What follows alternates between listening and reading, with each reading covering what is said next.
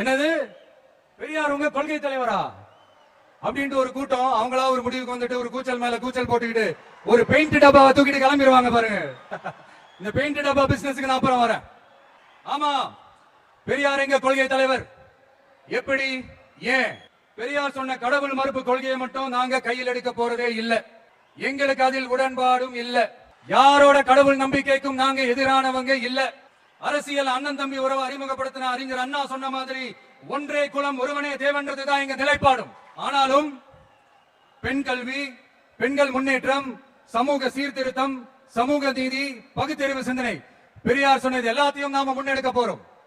தேர்தலுக்கு முன்னாலே எந்த அடையாளத்தையும் நான் காண்பிக்க மாட்டேன். தேர்தலுக்கு அப்புறம் வெளிப்படையா சாமி கும்பிடுறாரு. ஸ்டாலின் மாதிரி கொடைக்கானல் போறேன்னு சொல்லிட்டு அவரு சாமி கும்பிடாம மற்றவங்களை சாமி கும்பிட வச்சு அதோட பலனை அவர் அனுபவிக்கலாம் நினைக்காம நேரடியாவது சாமி கும்பிடுறாரு. அந்த வகையில நான் பாராட்டி தான் ஆக வேண்டும்.